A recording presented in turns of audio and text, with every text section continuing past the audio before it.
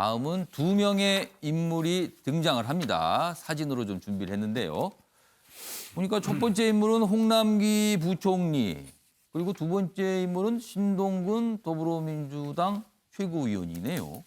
자, 그럼 첫 번째 인물부터 보겠습니다. 오늘의 인물 홍남기 부총리입니다. 자승자박 홍남기다. 자승자박이다. 그러면 자승자박은 스스로 뭔가를 이렇게 덫 같은 걸 놨는데 스스로 걸렸다 이런 뜻이 되잖아요, 지금요. 전세에서 쫓겨나고 본인 집은 못 팔고. 이게 지금 임대차법 좀 시행되고 있는데요. 이와 관련해서 지금 굉장히 상황이 어려운 상황을 겪고 있다는 내용입니다. 여기 보시면 서울 마포의 전셋집에서 살고 있었어요. 그런데 이 전셋집에서 집주인이 실거주를 할 테니까 나가주세요라고 한 겁니다. 이게 임대차법 시행되는데 계약을 갱신을 청구할 수 있지만 집주인이 실거주할 때는 나가야 되거든요. 근데 문제는요. 나가서 지금 전세 그 금액으로 주변에 다른 전세를 구하기가 어렵다는 겁니다. 일단 금액도 다 올랐고요. 전세 물건이 없습니다. 그래서 전세 난미라는 표현이 등장을 해요. 이게 첫 번째 상황. 두 번째 상황은요. 본인이 소유한 집이 경기도 의왕에 있습니다. 근데 이 집을 팔기로 계약을 최근에 했답니다.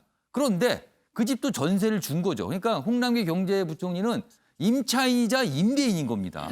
근데 이거는 임대인 입장에서 그 집에 전세로 살고 있던 세입자가 이사 갈 집을 못 구해서 계약 갱신권을 청구한 겁니다. 계속 있겠다고 전세로. 그런데 그 전에 이미 집은 매도 계약을 맺었어요. 이거 분쟁이 발생할 수 있는 겁니다. 그러면은 계약 갱신권을 청구했기 때문에 이 집을 계약을 통해서 사신 분은 대출을 받을 길이 없는 겁니다. 복잡해졌습니다, 지금. 그래서 임대차 3법 최대 피해자된 경제부총리다. 이런 얘기가 나오고 있습니다. 복잡하게 됐죠. 다음 기사는요. 지금 임대차 3법 시행 이후에 나타난 현상이라고 또 소개가 되는 겁니다. 다음 보시죠. 이제는 이런 일까지 보인다. 이사비 3천만 원 달라는 세입자. 그러니까 세입자가 나가는 게 이게 뭐 도와주는 거다. 이런 판단을 통해서 이사비 주세요. 그리고 요새 또 전세 물건, 전세집이 풍기잖아요. 그러니까 우리 집 보려면 5만 원 내라는 집주인. 이런 현상이 있답니다. 전문가들 늘어나는 전세 갈등 결국 피해보는 건 실수요자 아닙니까? 이렇게 지적을 하고 있습니다. 자, 그럼요. 홍남기 부총리와 관련된 영상이 있습니다. 확인해 보겠습니다.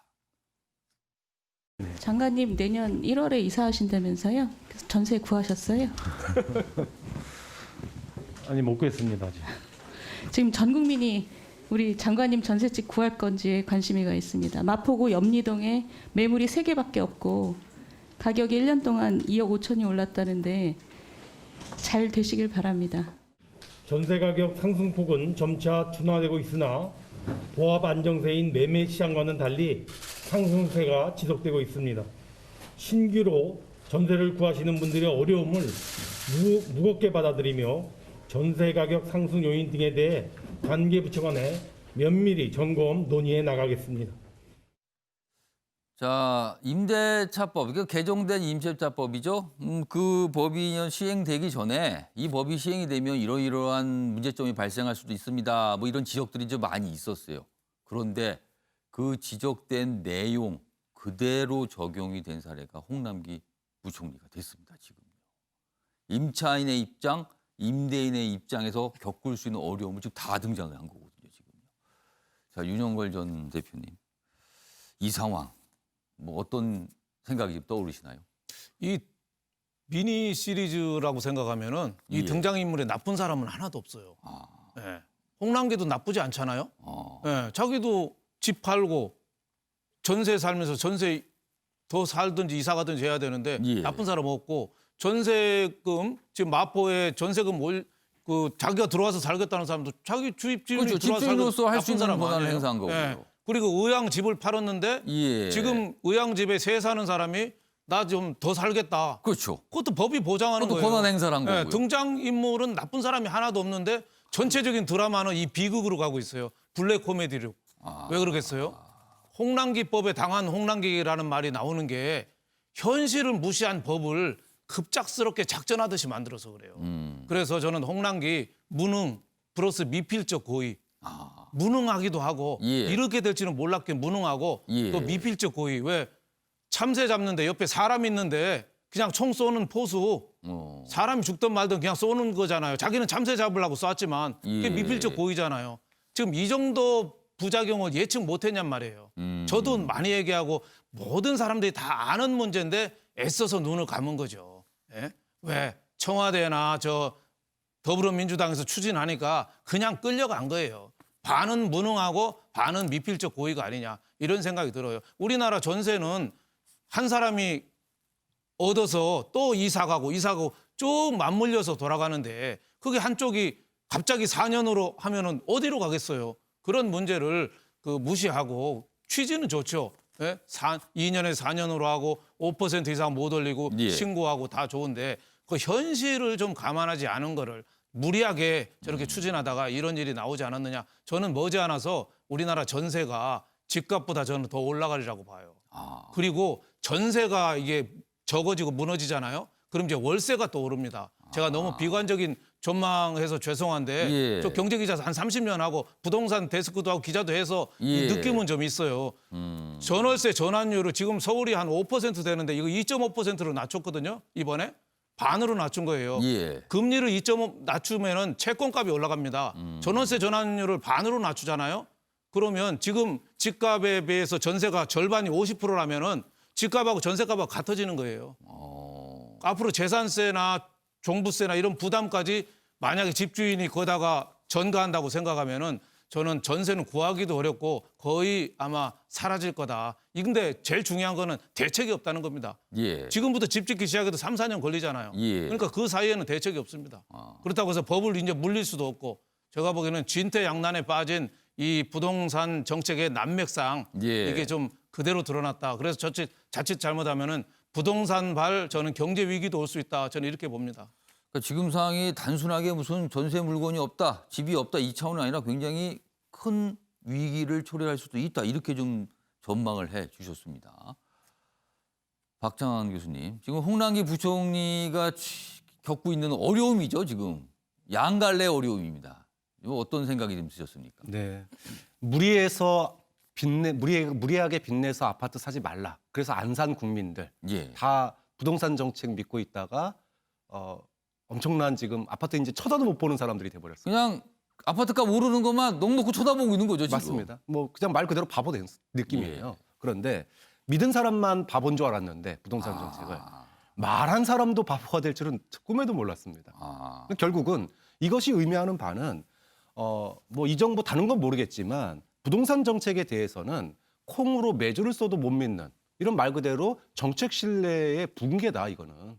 뭐 그렇게 말할 수밖에 없어요. 지금 이 현상을 바라보는 국민들은 완전한 엄청난 불신을 더 쌓아가고 있다. 그렇죠. 아니 예. 부동산 정책을 추진하는 사람이 누구나 다 얘기했던 부작용 당연히 있을 거라고 예상을 했습니다. 예. 이 정부의 정책들이 대부분 비슷한 게 최저임금도 그렇고 노동시간 단축도 그렇고 원칙적인 면에서는 국민들의 동의를 많이 받아요. 예. 전월세도 기간 연장해야 된다라고 국민들이 다 동의한 사안입니다. 근데 그걸 추진하는 과정에서 점진적이고 국민들의 동의와 여론의 지지를 얻고 시작하는 것과 급작스럽게 시작하는 것 사이에 이 부작용의 완화 작용은 굉장히 틀렸어요.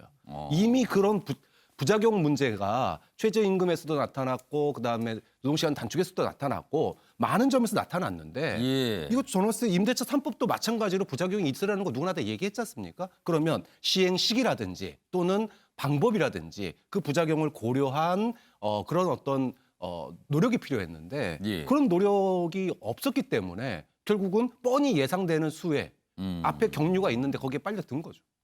그러니까 박상현 교수님 보시기에는 너무 그 정책을 서둘렀다. 뭐 이렇게 판단하시는 건가요? 정책의 원칙과 방향은 맞지만 예. 그 방향을 갖다가 시행하는 데 있어서 여론과 국민의 탄탄한 지지 속에서 가야 되는데 그러지 못하고 서급하게 가다가 부작용에 오히려 발목이 잡히는 이런 일들이 계속 반복되고 있다고 봅니다. 자, 두 분이 말씀하시는 사이에 이제 민주당 소속이신 현근택 전 부위원장께서 발언 기회를 달라고 몇 번을 지금 신청을 하셨어요. 두 번. 예. 드릴게요.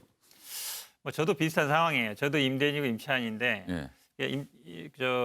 집주인은 들어온다 그러고 근데 예. 예전에 보면은 이제 지금 그런 상황이에요, 그렇죠. 지금? 저도 비슷한 상황인데 오. 전세제도가 어찌 보면 이제 자기 집은 따로 있고 전셋집을 날짜를 맞춰서 이사 가는 상황인데 지금 제도는 어찌 보면 자기 집으로 들어가라는 거예요.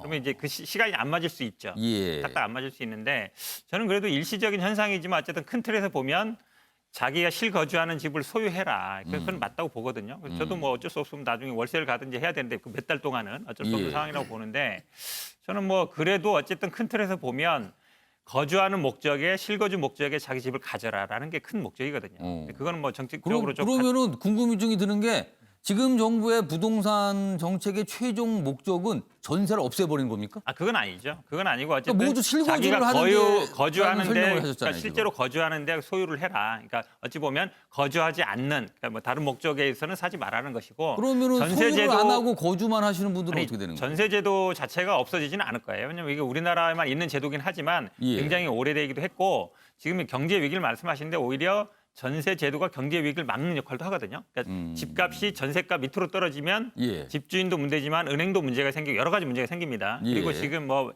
예를 들어서 경제 위기라 그러면 이게 부동산 버블이 꺼질 때 문제예요. 옛날 미국 금융위기라든지 서브프라임 사태라든지 우리 IMF 때처럼. 근데 예. 지금 시중 자금이 굉장히 많거든요. 사실은 부동산은 금방 늘어나지 않습니다. 결국은 부동산 가치는 시중의 어떤 자금 흐름과 연결돼 있어서 저는 뭐 이 부동산 가격이 금방 꺼질 거라고 보지는 않고 예. 또 전세 제도가 어느 정도 완충 역할을 하고 있기 때문에 이 제도 자체가 크게 없어지는 않을 거라고 보고 있습니다. 저는 근데 그렇게 만약에 실거주 목적으로 주택 구매를 권장하려고 하면은 당장 정책 전환해야 되는 게 우리나라는 지금 본인이 자산 가치의 의미도 부여해가지고 집을 한 채 사놓거나 그다음에 그런 다음에 실거주 목적으로 아까 말했듯이 임대인과 임차인이 동시에 되면서 예. 내 집 세 주고 예. 예를 들어 내가 애들 키우는 시기에는 어디 학군이 좋으니까 어디가 전세 그렇죠. 살고 이런 문화가 있는 거잖아요. 그 그럼 지역에 이거를 대한 선택이 있기 때문에 그렇게 가는 경우가 이동할 많이 수 있게 있죠. 되어 있는 게 전세 제도의 장점인데 사실 거기서 그러면은 실거주 목적으로 구매를 하라고 할 것 같으면은 취등록세나 양도소득세 등을 대폭 완화해야죠. 사실상 폐지해야죠. 그래가지고 내가 만약에 여기서 저쪽으로 거주 이전을 한다 그러면은 예. 집을 팔고 가서 사는 비용이 적어야 되는데 예. 지금은 그렇게 이동하는 비용이 워낙 크다 보니까 전세제도를 활용해서 이렇게 하는 건데 저는 예. 정부에서 지금